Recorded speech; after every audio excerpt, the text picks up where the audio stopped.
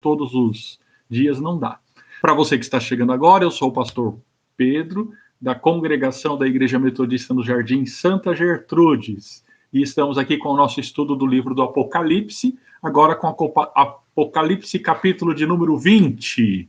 E eu dizia que o livro do Apocalipse não é um livro que a gente consiga ler cronologicamente, tentando entender, vai acontecer isso, depois vai acontecer isso, depois vai acontecer. Desse jeitinho assim não dá. Mas ele quer nos passar, nos transmitir uma certa lógica, né? Ele vai revelando, ele vai mostrando características daquele tempo, do tempo no qual o livro foi escrito, primeiro século depois de Cristo, aproximadamente no final do primeiro século, no contexto da Ásia Menor. Naquele contexto todo, ele vai esclarecendo um pouco as lógicas. Uma lógica do quê? O céu vai se abrindo cada vez mais, e aqui, conforme o céu vai se abrindo, os poderes na Terra vão sendo revelados, tá certo? Então ele vai ampliando, conforme o céu vai se abrindo, vai se ampliando a luz, a luminosidade na Terra, e vai se esclarecendo as coisas, vão se esclarecendo as coisas na Terra, o que é bem legal, porque daí ele vai mostrando, revelando o significado das coisas lá no primeiro século. E ele também vai mostrando e revelando as esperanças dos cristãos e cristãs das igrejas do primeiro século. Essa é a profecia do livro do Apocalipse.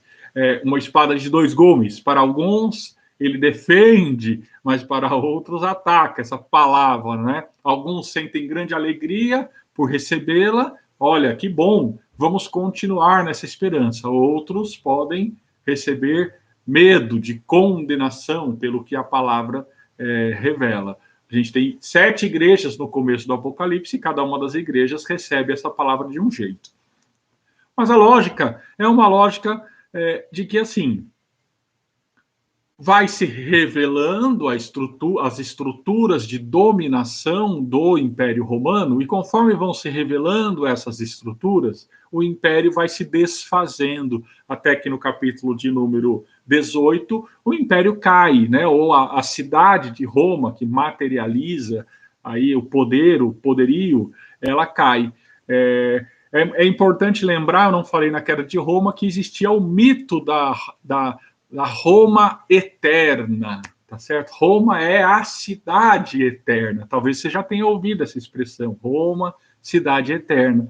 Então, quando aquela cidade cai, é anunciada a queda da Babilônia, né, e anunciado que aquele poder de Roma cairia, isso, então, acontece a queda de Roma, e nós vemos depois o quê? Que o mal vai sendo também destruído, tá certo? Então, revela-se o mal vai sendo destruído na terra e dando lugar para o céu, né? Até que vai chegar um momento em que a própria Jerusalém desce do céu no livro do Apocalipse, ou seja, é o próprio céu e a terra sendo fundidos, diríamos assim, tá certo? É a esperança mais grandiosa, escatológica, que está lá no finalzinho do texto. Ruth, seja bem-vinda, Abigail, também as duas Ruths, Ruth Zorzella e a Ruth Cruz, não é? E a Noêmia também. Que bom que vocês estão chegando no nosso estudo.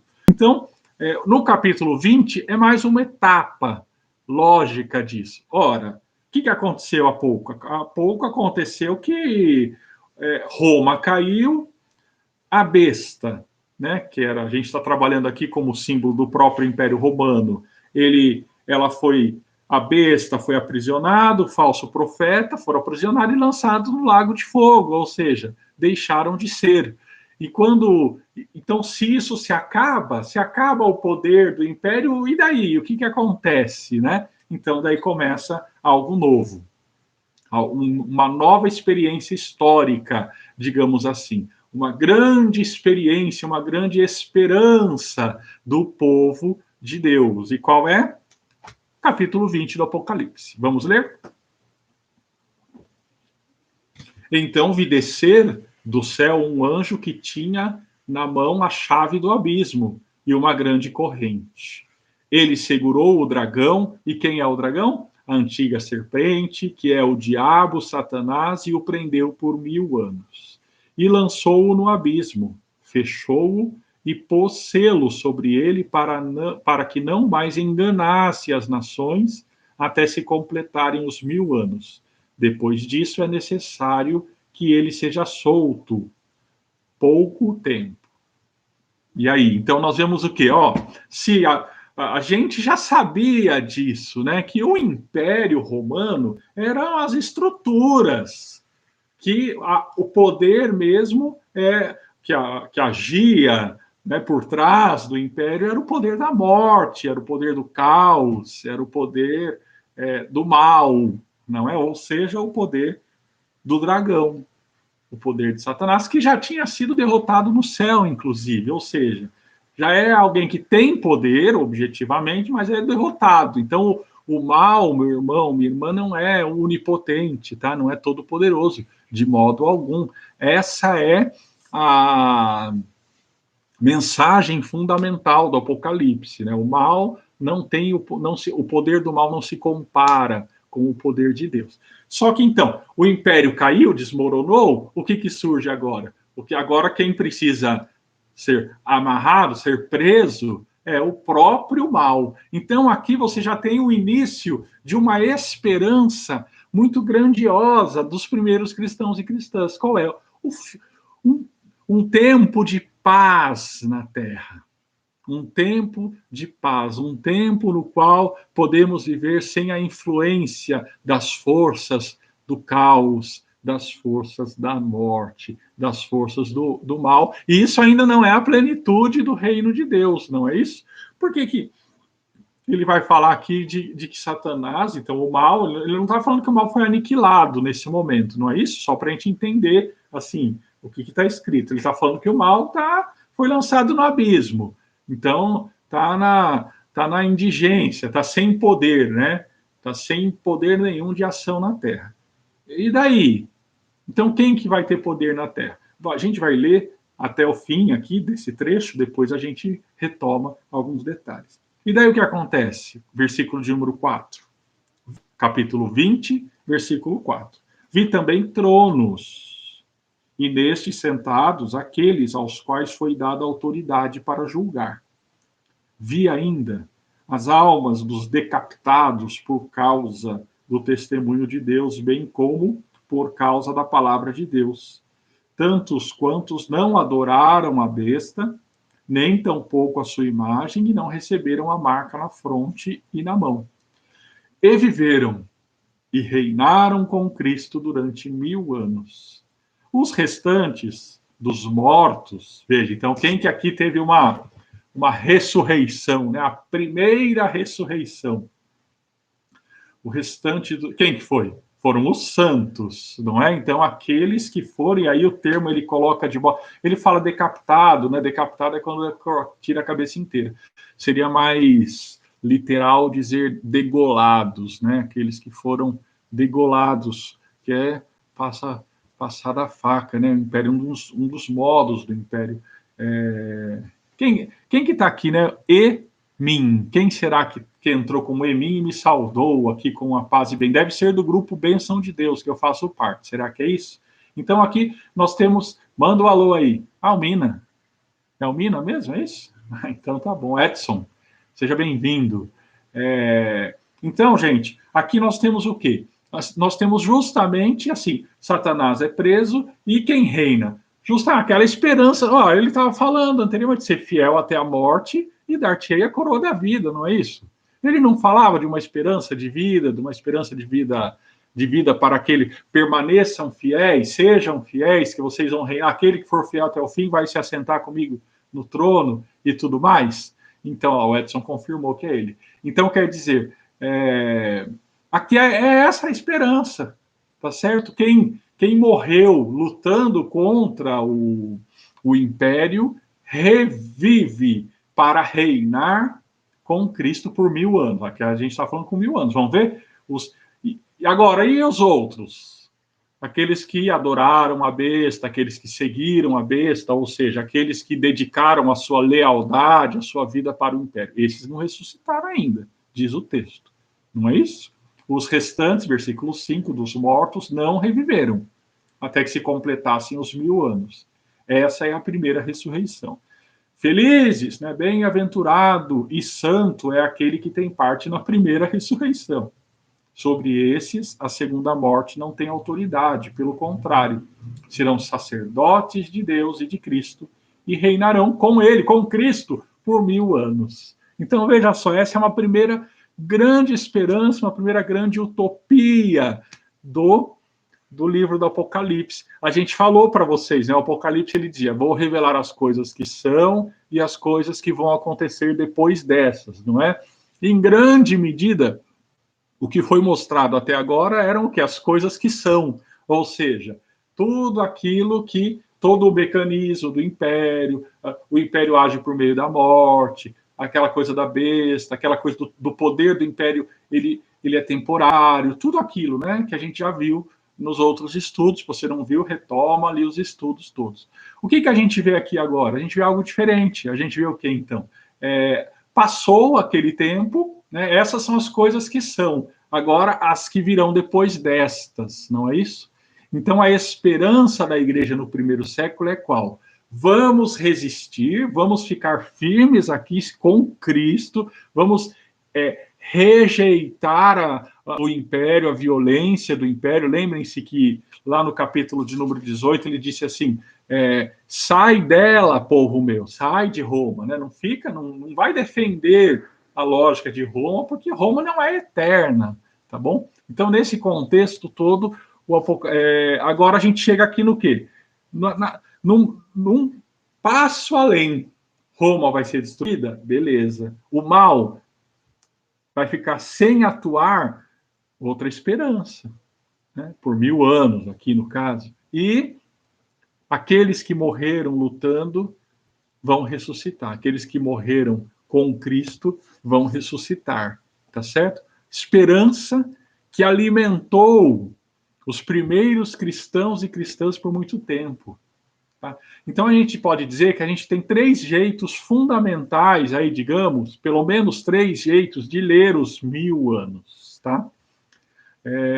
Tem um jeito que é um jeito mais fundamentalista de ler os 1000 anos, e daí esse jeito fundamentalista ele tem um monte de vertentes, que eu não vou entrar em tantos detalhes. Tem um outro jeito que é chamado de espiritualista de ler o livro do Apocalipse. E tem um outro jeito de ler o livro do Apocalipse, que esse jeito mais espiritualista é um jeito meio tradicional, que a igreja, a partir do 4º século, passou a entender o livro do Apocalipse. E tem um outro jeito alternativo de ler o Apocalipse, que é um jeito que eu quero propor para vocês como uma alternativa ao modo fundamentalista e ao modo também espiritualista. Como que é o modo fundamentalista de ler? O modo fundamentalista de ler é assim, o negócio é o seguinte: o Apocalipse está escrito assim, vai ter cavalo, vai ter cavaleiro, vai acontecer isso mesmo, desse jeito, são 1000 anos, 1000 anos que já passaram, daí começa a ter um monte de linha diferente. Não, porque esses 1000 anos, na verdade, foram o primeiro milênio, depois vai ter o segundo milênio. Se você pegar as notas de John Wesley, John Wesley está há 4 séculos, né, 3 séculos atrás, ele estava, olha, na verdade tem um milênio, tem outro milênio, ficam fazendo cálculos para entender. A gente está agora nos primeiros 1000 anos e vai ter. Então, isso é um jeito fundamentalista de ver que não é o nosso jeito, né? A gente não lê o Apocalipse desse jeito, assim, com esse tipo de literalidade. A gente lê o Apocalipse literalmente, mas literalmente na ótica buscamos fazer do 1º século. Tudo bem? Então, esse jeito mais fundamentalista, ele tem milenarista, tem pós-milenarista. Nós já estamos no pós-milênio, nós estamos no antes do milênio. Então, tem um monte dessas que eu convido vocês, eu não convido, na verdade, porque eu acho que é perda de tempo ficar estudando dentro dessas lógicas, né? Porque a gente já sabe, pelo que a gente começou estudando, que o Apocalipse, como todas as visões da Bíblia, não se propõe a ser literal. né? Ele se propõe, ele pede para ser interpretado. Né? E isso que a gente tem buscado fazer também. Qual que é o jeito espiritualista, então? É o jeito que a igreja acabou entendendo a partir do século IV, século V depois de Cristo, que era qual?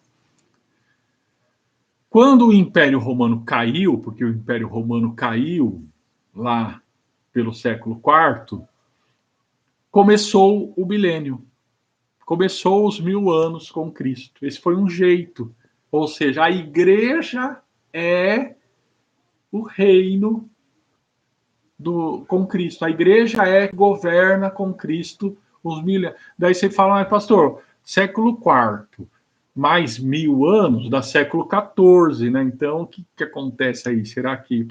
Não, daí eles poderiam explicar, não, mas para Deus, um dia é como 1000 anos, e 1000 anos é como um dia. Então, o número 1000 é uma referência. Ora, gente, eu penso também que o número 1000 tem que ser tido como uma referência, né? Por quê? Porque a gente colocou todos os números eram referências, todos os números eram simbólicos. Daí o número 1000 não vai ser simbólico? É claro que o número 1000 é carregado de simbolismos, né?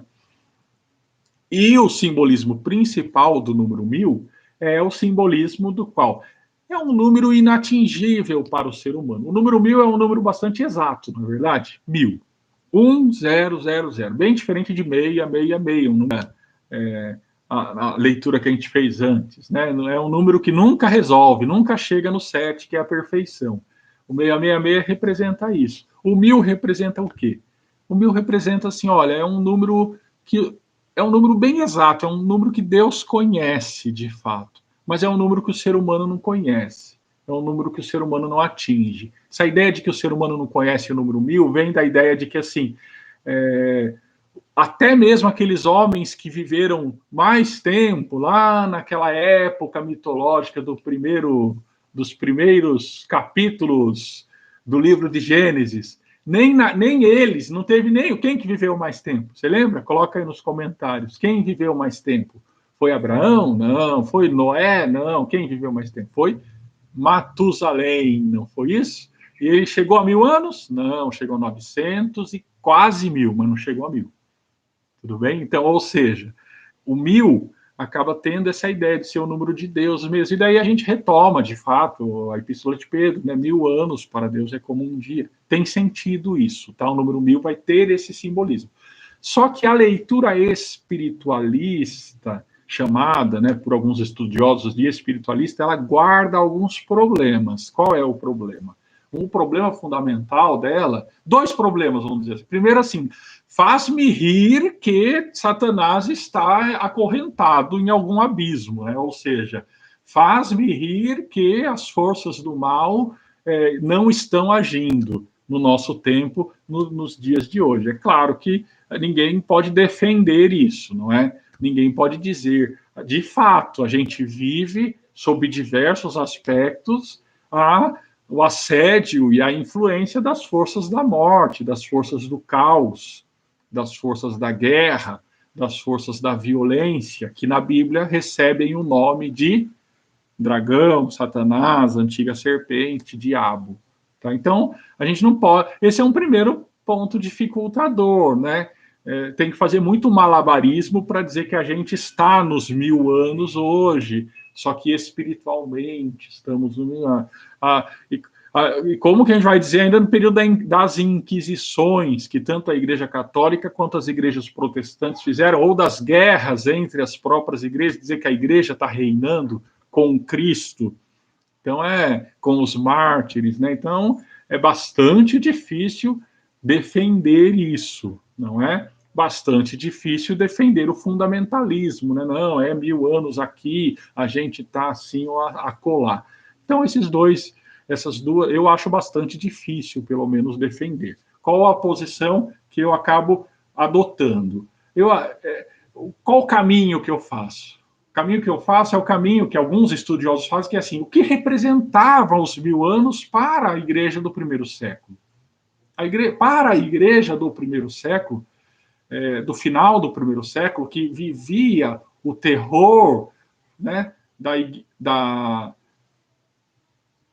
da violência do império, da economia massacrante do império, da escravidão do império, dessa face terrível do império. Para esses cristãos e cristãs que viviam isso, o milênio é um símbolo muito caro. É o símbolo do que, gente? A gente vai poder vencer. O império não é eterno e se a gente resistir, a gente vai poder reinar com Cristo. Então é uma experiência real.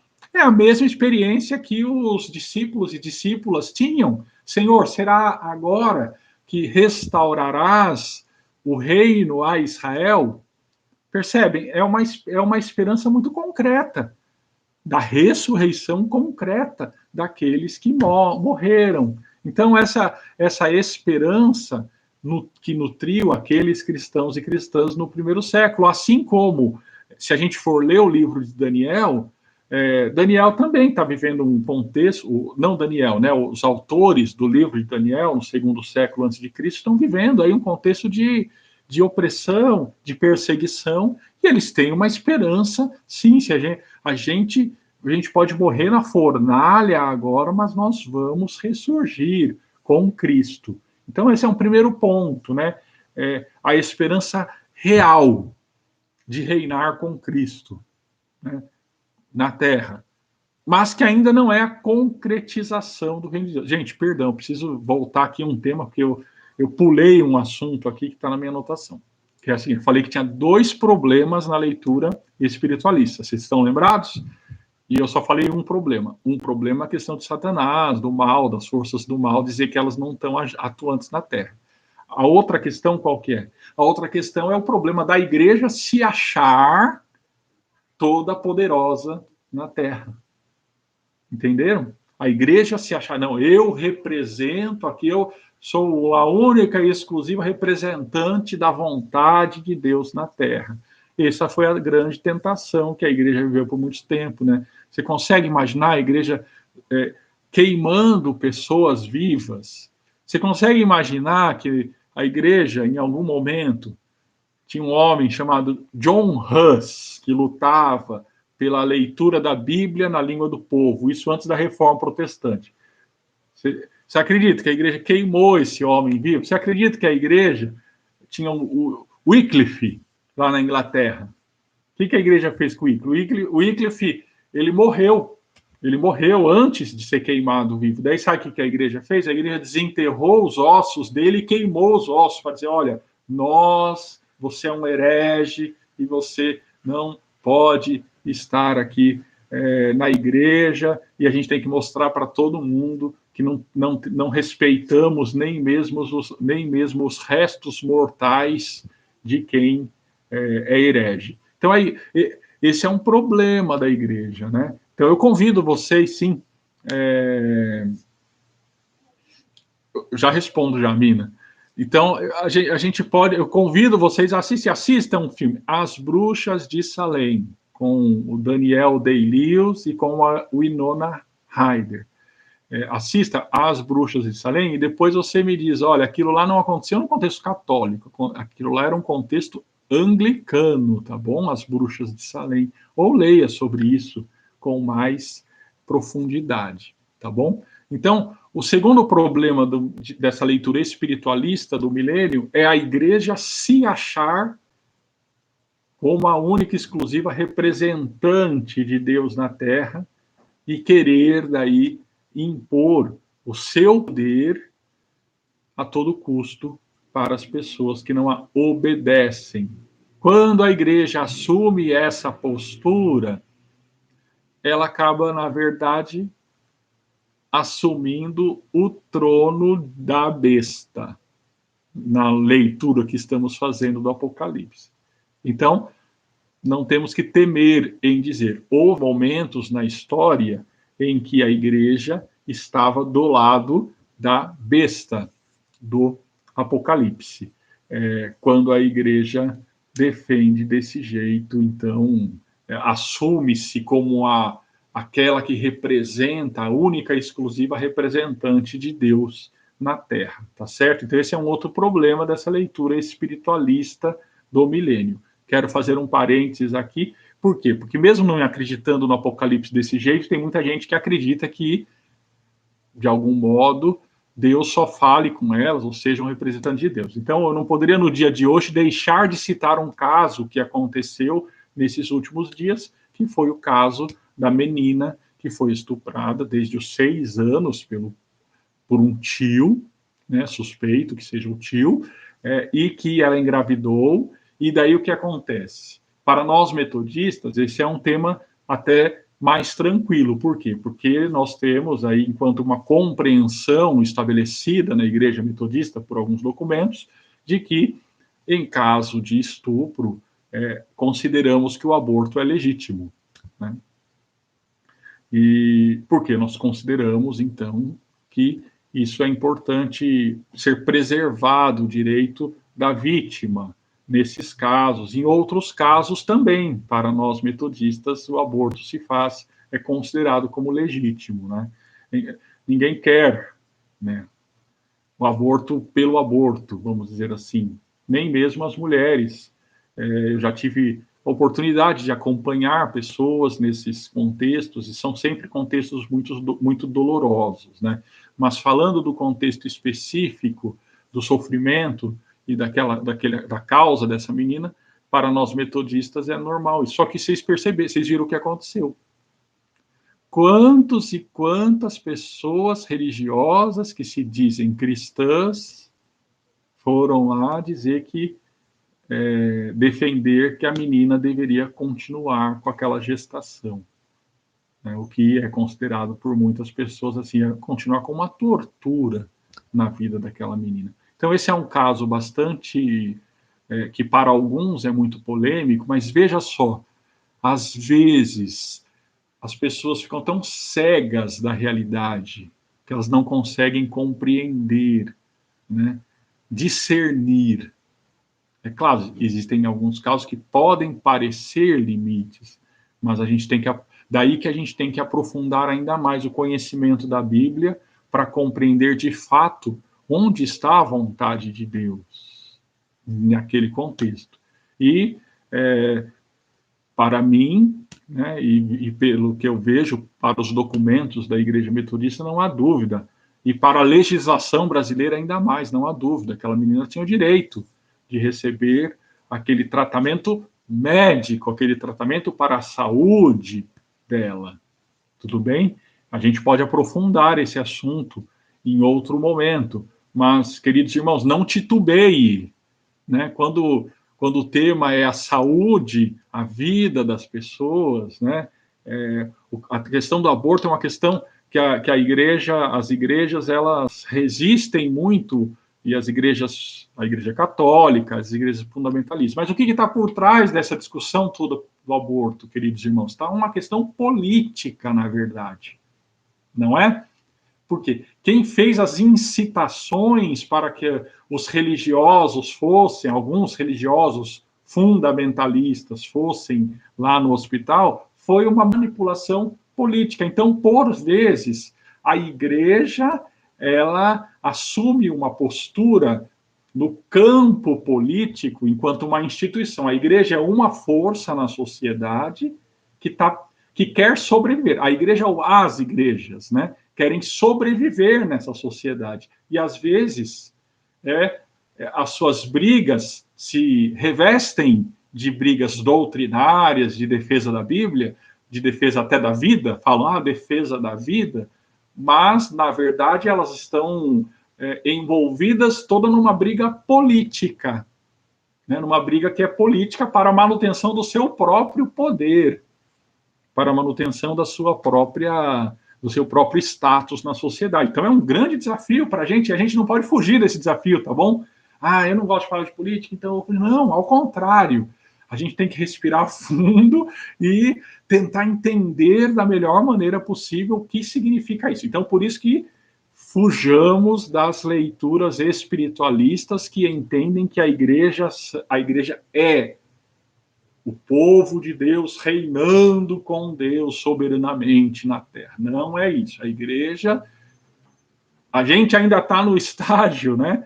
Qual? A gente está no estágio das 7 igrejas do Apocalipse. A gente lê lá as 7 igrejas e a gente pensa, com qual nós nos identificamos? Tudo bem? Então, agora vamos lá. Qual seria, então, a proposta que a gente poderia trabalhar?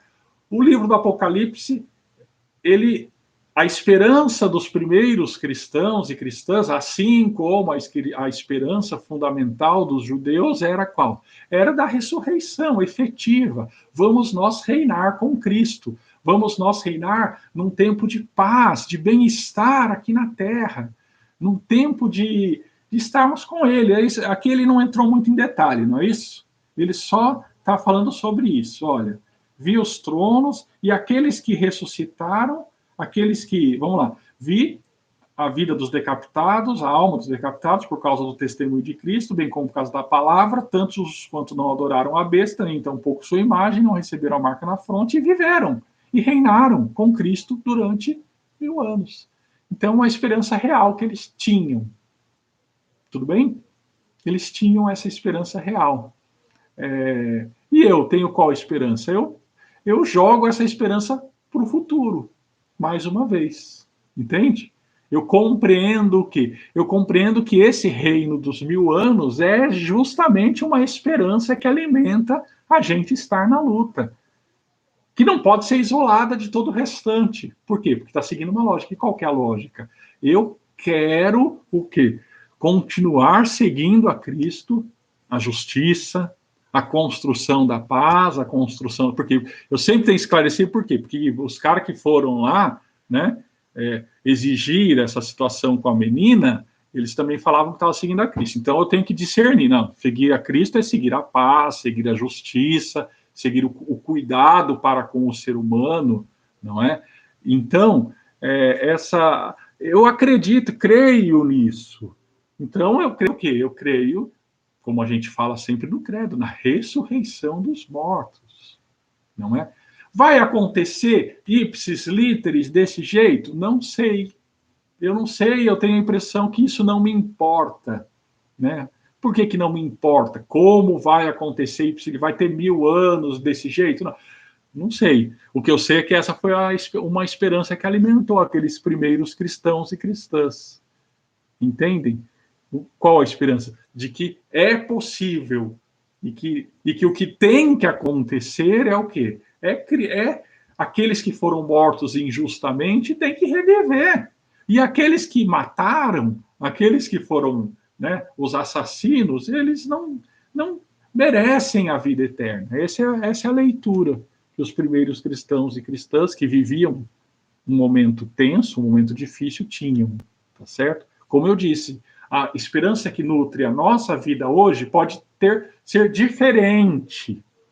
Aliás, um aspecto importante é, assim, a gente, enquanto metodistas, a gente não faz doutrina com base em um texto da Bíblia apenas. A gente busca compreender a Bíblia como um todo, tá certo? E na compreensão do Apocalipse como um todo, os 1000 anos se insere como um tempo, um período de paz. Um tempo, um período de bem-estar, que a gente não consegue entender, que a gente não consegue alcançar, mas que Deus sabe, mas que Deus alcança. Então então por isso o que eu diria é que a gente continua, e eu penso que é uma leitura bem legítima à luz do Apocalipse, a gente continua naquele contexto das lutas, do testemunho. A gente está no dia... A gente está num tempo, 2 tempos e metade de um tempo, né, que o Apocalipse sempre fala. A gente está nesse contexto anterior do contexto escatológico, digamos assim. A gente está e sempre estará nesse contexto de luta, mirando no futuro, olhando para esse horizonte. O que a gente quer? O que a gente busca? A gente busca a paz, a gente busca a justiça, a gente busca o bem-estar, que todas as pessoas tenham o que comer, que todas as pessoas tenham o que vestir, a gente busca que todas as pessoas tenham paz, que esse reino, ou aqui nesse estágio dos 1000 anos, pelo menos que o mal seja freado, E aí a lógica da doutrina metodista e das regras metodistas, das regras metodistas é bem interessante, porque assim, são 3 as regras do metodismo histórico, não é? Qual que é a primeira regra? A primeira regra é não praticar o mal. Veja, então é os 1000 anos aqui, né? A gente aplica para a nossa vida. A primeira regra é qual? Não pratique o mal. Nós, cristãos e cristãs, não praticamos o mal na nossa vida pessoal, no nosso contexto. Se a gente está num contexto de liderança, seja da igreja, seja da sociedade, professores, professoras, diretores de escola, médicos, políticos, seja quem for, motoristas de ônibus, né, dirigindo ônibus, está numa situação de poder, né? A gente se abstém do mal. Veja, por isso que eu falei, não é cronológico, mas é lógico, né? Eu vou aprendendo a me abster do mal. Qual que é o segundo a regra metodista? Zelosamente pratiquem o bem. Pratiquem o bem de modo zeloso. Entende? Então, quer dizer, o mal vai deixando de ter espaço na nossa vida e o bem vai tendo mais e mais espaço. Mas não é o bem ocasional. Ah, se der, eu vou praticar o bem. Se alguém bater na minha porta, eu vou praticar o bem. Se alguém me pedir, eu vou praticar o bem. Não é zelosamente pratiquem o bem. Percebe que é diferente de só praticar o bem, ou seja, diligentemente, faça com que o bem seja uma prática constante. Planeje o bem que você vai fazer. Qual bem eu vou fazer essa semana, né? É bem isso que John Wesley pensava, né? Era bem dentro desse contexto, bem dentro dessa lógica. Então, os 1000 anos, eles têm para mim, essa concepção. É algo que está para diante, tá certo? Os primeiros cristãos e cristãs, gente, eles acreditavam que ia ser logo. E cada geração acredita, olha, vai ser logo, né? Vai acontecer daqui a pouco, já está chegando. Eu acredito que é um alvo, é um horizonte que a gente que faz com que a gente caminhe, a gente mira nesse horizonte, tá bom?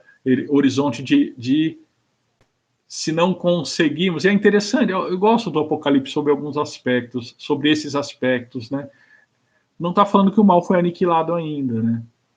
E é muita arrogância da gente, na nossa vida, achar que a gente aniquilou o mal. Ah, eu já estou acima disso, né? Me recordo, já contei isso para vocês, né? De um senhor que um dia chegou lá para minha avó, lá na igreja de Sorocaba, e falou: oh, dona Arabella, eu estou criando uma igreja só com pessoas santas e eu quero convidá-la para participar dessa igreja, né? Ele era metodista, saiu da igreja metodista e queria criar uma igreja com gente santa. A minha avó já falou: olha, se é só de gente santa, então eu não posso ir, né? Porque eu não sou pura. Ele falava pura, né? Só de gente pura. Gente, então é muita arrogância a gente achar que a gente aniquilou o mal. Então, não, tá? Mesmo que os 1000 anos possam ser experimentados na nossa vida, a gente sabe que a gente não alcança aqui sozinhos a perfeição. A gente pode encontrar algo que John Wesley acreditava e chamava de perfeição cristã, que era o quê? Que era o não desejar o mal, o não praticar o mal por vontade própria. Isso é o máximo, parece que, de perfeição que John Wesley era, o almejar apenas o bem, né? Só que ele mesmo nesse sentimento, nessa expectativa dessa perfeição que se dá num processo de santificação, John Wesley sabia que a gente não consegue estar livre totalmente do mal, né? Então é importante, por isso, essa vida comunitária, o respeito às fragilidades de cada um, o estudo compartilhado da palavra, para a gente aprender junto também. Gente, então, agora, a esperança que vem logo a seguida dos 1000 anos, a gente vai deixar para a semana que vem, porque daí a gente tem o quê? A derrota de Satanás e o juízo de Deus, né? E a segunda ressurreição. Vamos falar, por que tem 2 ressurreições? Não é cronológico necessariamente, mas é lógico, né? Tem uma explicação, né? E a gente vai conseguir entender, pelo menos, os motivos, tá bom? O Edson falou justamente isso, né? Pastor, poderia-se dizer que ainda não se passaram os 1000 anos, pensando, segundo o que disse, espiritualmente, falando que ainda não se passaram. Então, eu tenho a impressão que ainda não chegaram, viu Edson? E eu não acredito que necessariamente chega literalmente, do jeito que, né, desse jeito literal, vai chegar agora 1000 anos. Por quê? Porque tudo que a gente tem estudado no Apocalipse, a gente sabe que o livro do Apocalipse não é um livro que a gente consegue compreender que as coisas acontecem literalmente, né? Porque visões na Bíblia precisam ser interpretadas. E a interpretação dos 1000 anos é qual? É que o desejo de Deus, a vontade de Deus é que reinemos com Cristo. E é isso que a gente deve buscar na nossa vida também. Tudo bem? Só que a gente, por que eu digo não chegou? Não sei se a gente consegue viver isso no nosso tempo, isso pertence a Deus. Porque eu acho que sempre que a igreja acha que ela está, ou a gente acha que eu estou totalmente, eu estou do lado de Cristo, e quem não pensa igual eu está do lado do Satanás, ela se equivoca e ela comete muitas atrocidades, tá bom? Gente, eu quero agradecer sobremaneira a participação de todos vocês. Semana que vem a gente avança um pouquinho mais e quem sabe a gente já consegue entrar um pouco até no novo céu e nova terra. Quero agradecer a paciência de vocês hoje com os problemas técnicos. Vamos ver se na semana que vem a gente consegue superá-los, tá bom? Vamos continuar unidos, vamos começar já a pensar no que vem depois desse estudo, que modo vamos fazer e sigamos na força da esperança. Uma ótima noite para todos. Que Deus abençoe muito você, tá bom? Que tenhamos força, coragem e esperança para seguir e para vencer com muito amor. Uma ótima noite. Aqui a Ana Clara, aqui, ó. Vem aqui, Ana Clara. Tem gente aqui assistindo ainda a atividade de escola dela hoje, que linda. Olha só. Não fui eu que ajudei, não. Eu queria estar aqui para fazer com ela. Eu achei muito legal, ó. Será que quebra? Não. Não quebra. Dá um alô pro pessoal. Oi! E agora dá um tchau. Tchau! Tchau, gente! Um grande abraço!